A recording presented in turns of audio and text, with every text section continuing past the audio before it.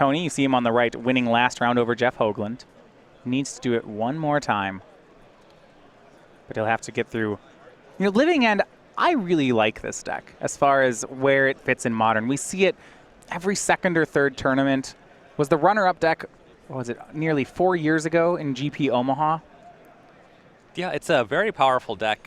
Cascade and 0-mana suspend spells has been just kind of a very powerful interaction in Legacy and Modern for some time. Living End has never really been dominant in the format, but it's always been capable of putting up results, and this kind of field it seems quite solid in.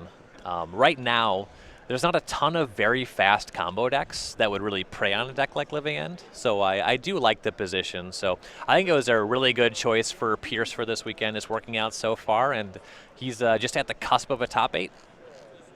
Right now, David Pierce, a judge question away from table before the match starts. We'll get it started as soon as that is resolved. And this can actually happen a lot of times if there's a certain rules interaction that you need to know about a matchup. You don't want your opponent to know what you're asking. Yeah, we're late enough in the tournament where David might know that Tony is on Kiki Cord before the games even start. Yeah, Tony was the feature match last round. So we'll start with David Pierce. Living End, he's won the die roll and elects to go first. Starts with Blackcleave Cliffs and a pass. For Tony, it will be a copy of Breeding Pool. I found the solution to the combo in the graveyard problem. 3 main deck Fairy Macabre in David Pierce's deck list. Wow. It's a very high number of Fairy Macabre. He will cycle away Architects of Will in the end step.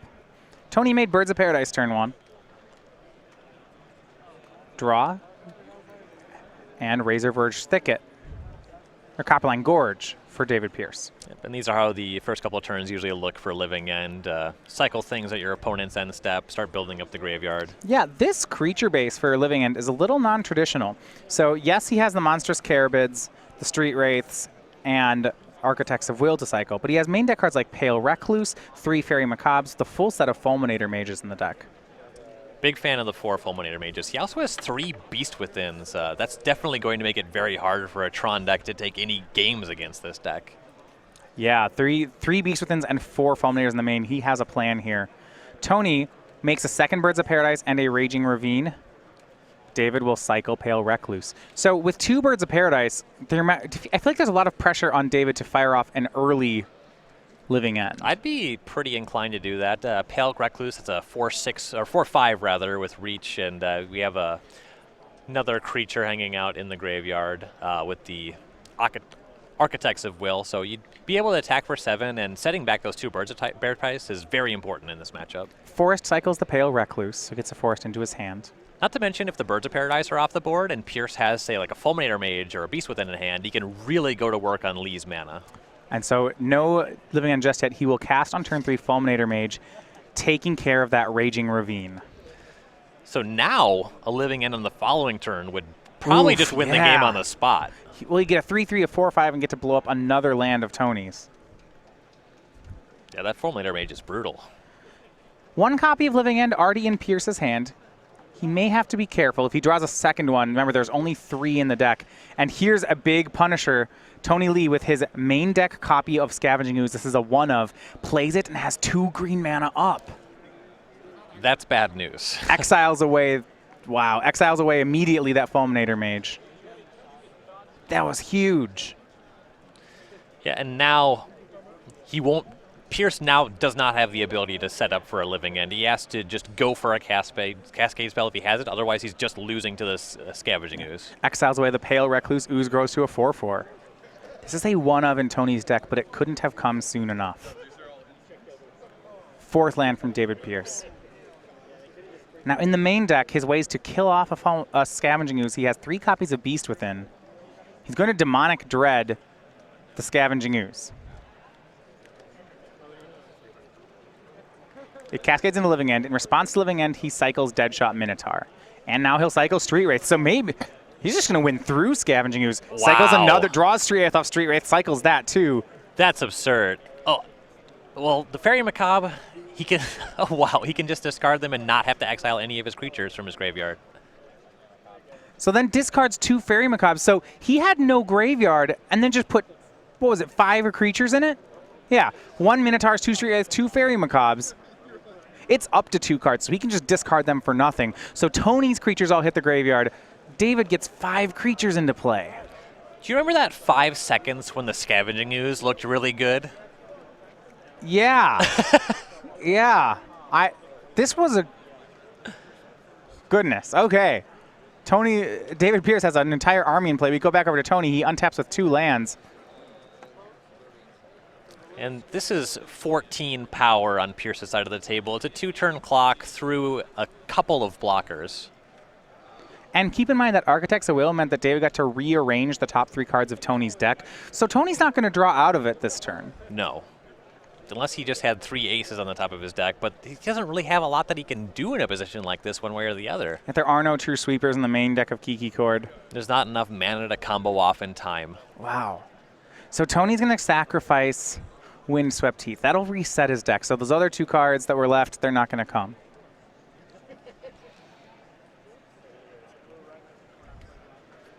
He's trying to figure out how can he get through these. He would need to find some sort of, I guess, blocker, get some Restoration Angels down. I'd say if he had Tarmogoyfs in his deck, they'd be really good right now, but unlike other sorts of Cord decks, Kiki Cord's creatures actually are relatively small in size. Yeah, the creatures that are castable at this point in the mana curve are just going to be chump blockers. 2 mana, Wall of Omens from Tony. Well, this one's not a chump blocker per se, but it's also not a profitable blocker. Yeah, he'll pass. Go back over to David Pierce. Copperline Gorge is the play. Just going to swing all out. Wall of Omens blocks 3 damage, but 11 comes across. Tony's at 8. Just go back over the Kiki Cord player. He needs to deploy enough creatures to stay alive. Cannot afford to take another 11. So he'll need 2 blockers to survive. Starting off losing some life on a dual land. On a dual land goes down to 6. And he'll pass. Looks like he's leaving Deceiver Exarch in his hand. Okay, so that could tap an attacker, block an additional creature, though still not making any blocks that remove creatures from Pierce's battlefield. So we go back on David Pierce's turn then. Go to attacks.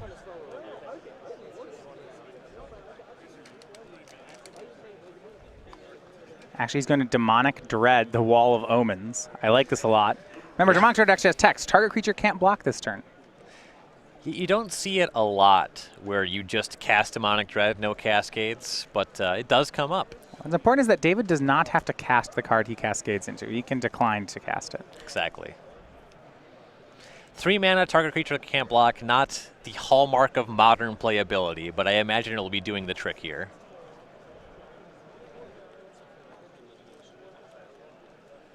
I believe the Living End he cascaded into and declined to cast should be exiled here. Now, that's unlikely to matter, depending on how much longer this game goes. Tony's going to put a Deceiver Exarch into play, tap a Street Wraith, block, path to exile away the Deadshot Minotaur. Okay, so looks like Lee is hanging out at 1 life total after all is said and done here.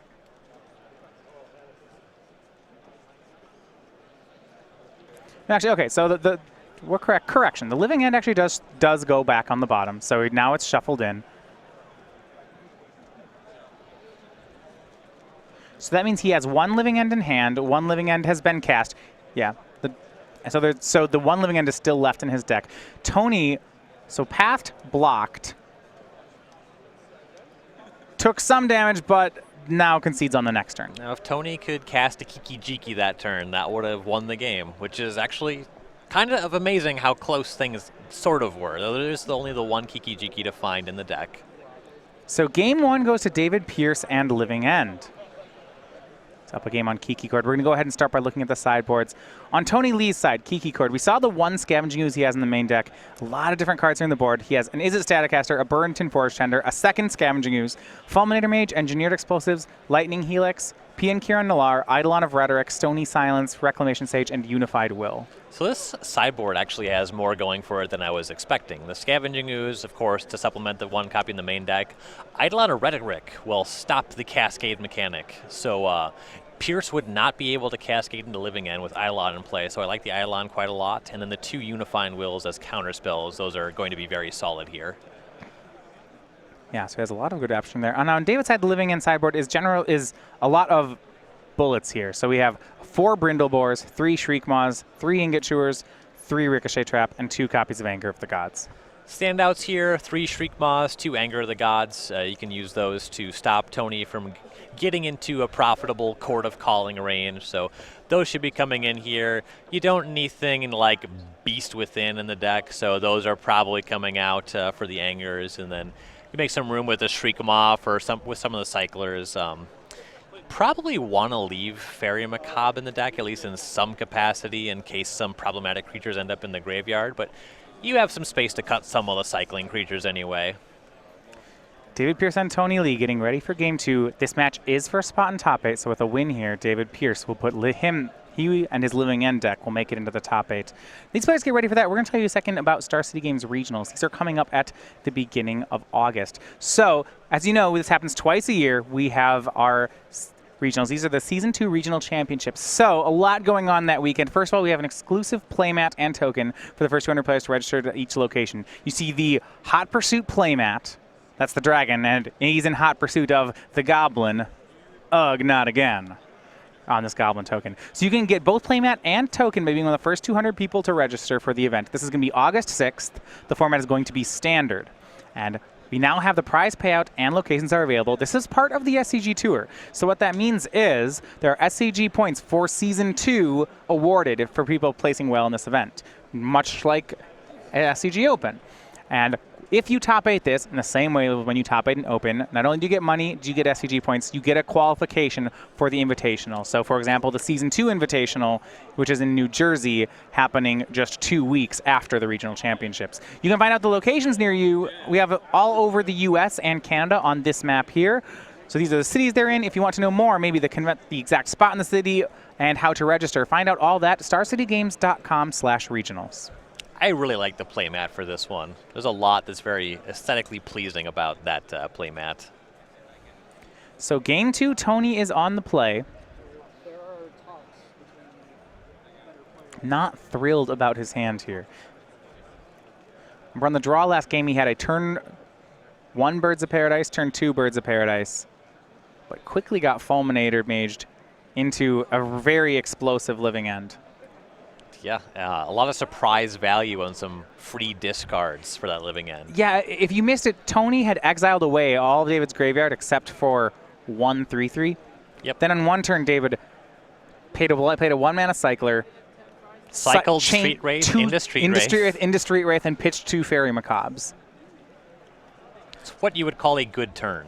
Turn 1 is Noble Hierarch from Tony. For David, it's just a copy of Stomping Ground. Go back to the Kiki Chord player. He'll play Voice of Resurgence. Now, Voice of Resurgence makes a elemental token when it dies. However, that's not how Living End works. Right, it's some goofy templating. The creatures are exiled and then put in the graveyard from exile. David Pierce is going to accelerate out a Fulminator Mage using Simian Spirit Guide, and he'll destroy that copy of Raging Ravine. I like the aggression on that. You know, you don't really need the Simian Spirit Guide for a Living End here.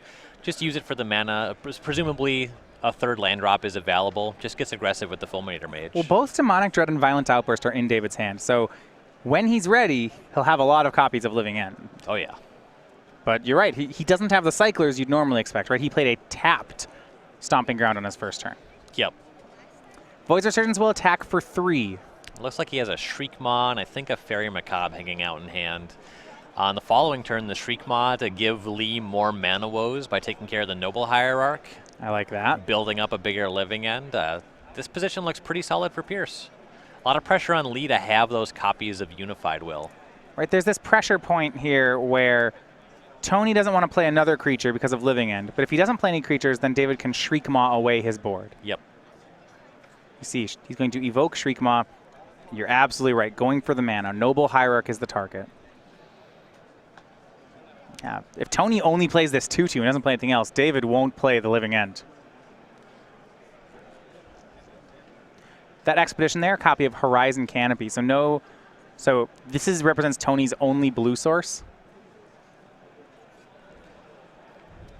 Looks like he might be, if he has something like Path to Exile, the Path is Hierarch in response. That would be an interesting play. Gotta be able to cast spells somehow. Looks like he has a Deceiver Exarch in his hand, and he's debating if he wants to go for it right now. As he's about to lose his only blue mana source, this is a big decision. Yeah. At the very least, he'll float the blue mana. Looks like he'll actually, that's what you said, Path to Exile. Going to actually path away David's Shriekmaw. Okay, that's some fancy play. Keep the Shriekmaw out of the graveyard. Yeah, now the graveyard's just Fulminator Mage. So Shriekmaw will hit Exile. Pierce will get a Mountain. Now Noble Hierarch goes to the graveyard. So he's accelerated Living End by a land. There's not too much danger in that other than unless David starts to hardcast these creatures. On this board, Jungle Weaver looks pretty good. Voice of Resurgence will attack David down to 15. And Tony will just pass. Did hit a land there. It was a copy of Windswept Heath, so he will have that blue mana if he needs. On end step, David cycles Monstrous Carabid, draws one of his copies of Living End, then draws for turn, plays land 5. So he has a Living End, a Violent Outburst, a Demonic Dread, and a Fairy Macabre. Yeah, this is not a great window to cast Violent Outburst. He has under very little pressure. His graveyard's not particularly great at this point in time. The hope is that Tony will play further into the Living End. I like what's going on here. Tony has not sacrificed his Windswept Heath. Even though he's lacking blue, he's not getting a dual land with it, because if he did, David could Living End back that Fulminator Mage. Yep. Both players exhibiting a good amount of patience in this game.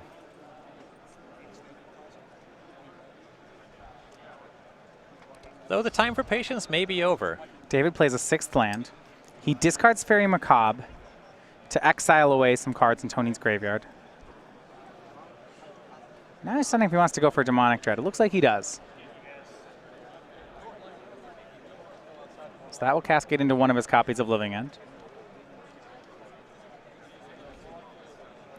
A medium Living End here.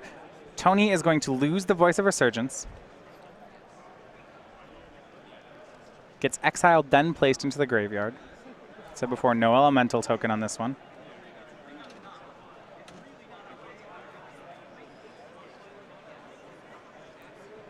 So it exiles the graveyard and then sacks the creatures. So he does get the elemental token then, right?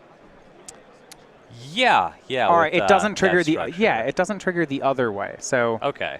For example, Grafdigger's Cage. Yeah, I mixed up what was exiled. Yeah, it's the creatures go from play to graveyard the normal way, but the ones that go from graveyard to play, they go from graveyard to exile to play. Okay. So there's that extra step means you wouldn't trigger some things. So Tony gets a 1/1 elemental. Now he's going to path to exile away the Monstrous Carabid. In response to his Horizon Canopy getting Fulminator Maged. Sure. So David gets the land from the path to exile. Then Tony will draw the card off the Horizon Canopy.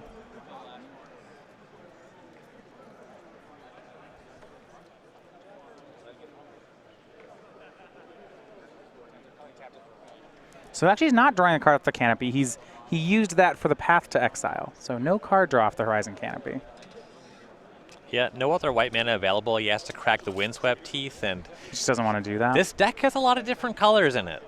So there's if he wanted to draw the card and path to exile at the same time, he would have had to fetch for the basic planes, which means he wouldn't have blue mana, deciding that the blue mana is important enough that he just went ahead and did not draw off the Horizon Canopy. Yeah, the concern is definitely on being able to cast spells for the rest of the game. Tony draws, now he goes for the fetch land.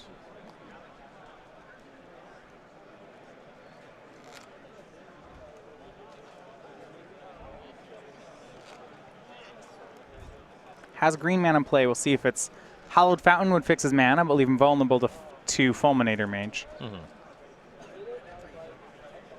Giving it a big think here. Does not play His basics in the deck, he has 2 forests, 1 mountain, 1 plains.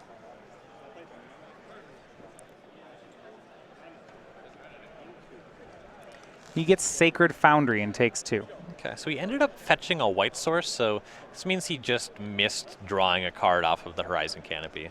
Yeah, he'll play Kasali Pride Mage. That will turn the Elemental into a 2/2. It'll attack and exalt into a 3/3. David, no blocks, will take the damage. And then crack Bloodstained Mire. So he'll be at 9. 6 lands in play. We are definitely in the territory where David can just start hard casting his monsters. Yep. We're in Pale Weaver territory. Pale Recluse. Pale Recluse. Well, I liked that. It was like Jungle Weaver or Pale Recluse, right? So it's yeah. the Pale Weaver. Yeah, we'll pretend like I said something smart. I like it. Cast Fulminator Mage from Pierce. He'll attack with Fairy Macabre. Tony goes down to 14.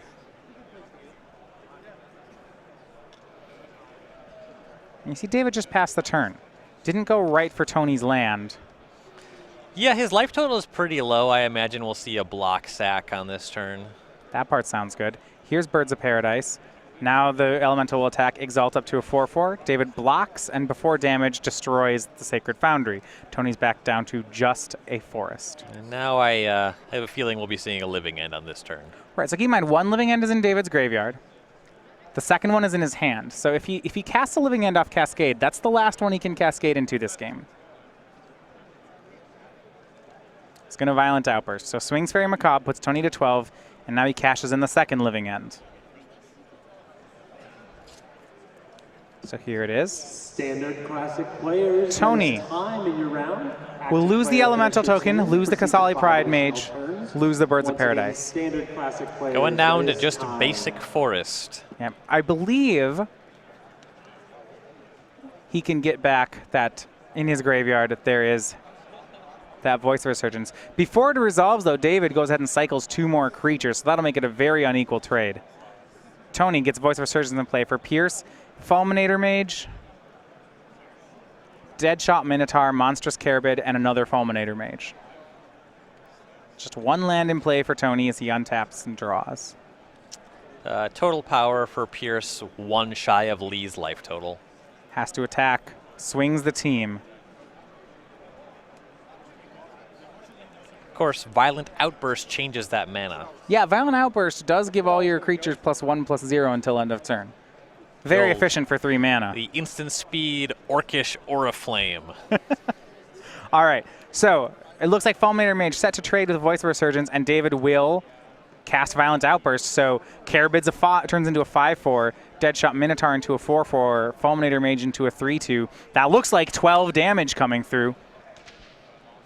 And this shouldn't cascade into anything. The last Living End's in his hand, so this should go whiff right through the deck. If Pierce cascaded into like Brainstorm, he would get a game loss for that because it's not a modern legal card.